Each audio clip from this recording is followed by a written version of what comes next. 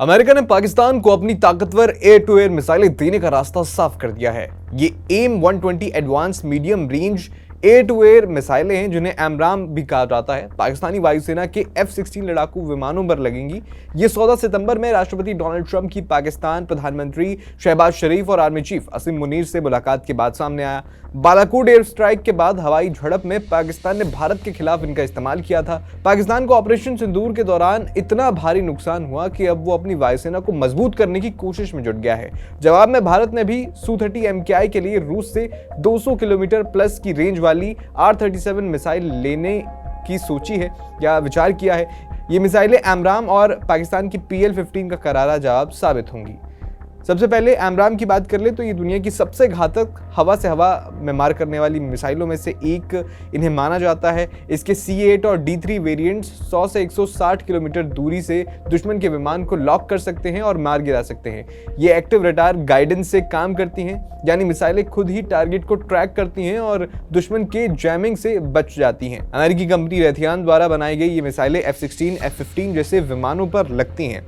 पाकिस्तान पहले से ही 500 एमराम का इस्तेमाल करता है, लेकिन ये C-5 वेरिएंट है जो 2010 में उसके ब्लॉक 52 F-16 के साथ आई थी। लेकिन C-8 और D-3 जैसे नए वेरिएंट ज़्यादा उन्नत हैं। इनमें GPS गाइडेंस और दो तरफा डेटा लिंक है जो हवाई जंग में F-16 को आधुनिक बना देगा। बता दें कि 30 सितंबर 2025 को अमेरिकी डिपार्टमेंट ऑफ वॉर यानी DOW ने प्रेस रिलीज जारी की थी। इसमें रैथियान को $41.6 मिलियन का अतिरिक्त कॉन्ट्रैक्ट मिला था। ये फॉरेन मिलिट्री सेल्स यानी FMS के तहत मिला, जिसमें पाकिस्तान के अलावा 35 देश शामिल हैं जैसे UK, जर्मनी, ऑस्ट्रेलिया, सऊदी अरब, इजराइल, ताइवान, तुर्की आदि। पाकिस्तान को अब कितनी मिसाइलें मिलेंगी ये साफ नहीं है, लेकिन FMS फंड में से $9.16 मिलियन का हिस्सा उसके लिए हो सकता है। मई 2025 के कॉन्ट्रैक्ट में पाकिस्तान नहीं था, लेकिन अब इसे जोड़ा गया है।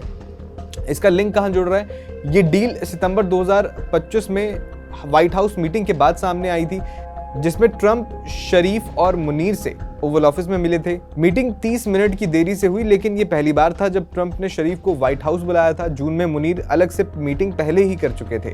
इसके बाद ही अमेरिका पाकिस्तान पर मेहरबान होता दिखा। बता दें कि 2019 के बालाकोट एयर स्ट्राइक के बाद 27 फरवरी को हवाई झड़प में पाकिस्तान ने इन्हीं एमराम C-5 वेरिएंट का इस्तेमाल किया था। भारत ने मिसाइल के मलबे दिखाकर सबूत के तौर पर पेश किया था। हाल ही के ऑपरेशन सिंदूर में पाकिस्तान को भारी नुकसान हुआ। अब लगता है कि एमराम अपग्रेड से पाकिस्तानी वायुसेना अपनी हार को सुधारना चाहती है। ये डील भारत के लिए रणनीतिक खतरा है, क्योंकि नई एमराम से पाकिस्तानी वायुसेना की बियॉन्ड विजुअल रेंज जो कैपेसिटी होती है, BVR जिसे कहते हैं, वो बढ़ जाएगी और इसका इस्तेमाल भारत के Su-30 MKI और राफेल के खिलाफ किया जा सकता है। पाकिस्तान के पास चीनी निर्मित PL-15 पहले से है, जो भारत के लिए एक चुनौती है।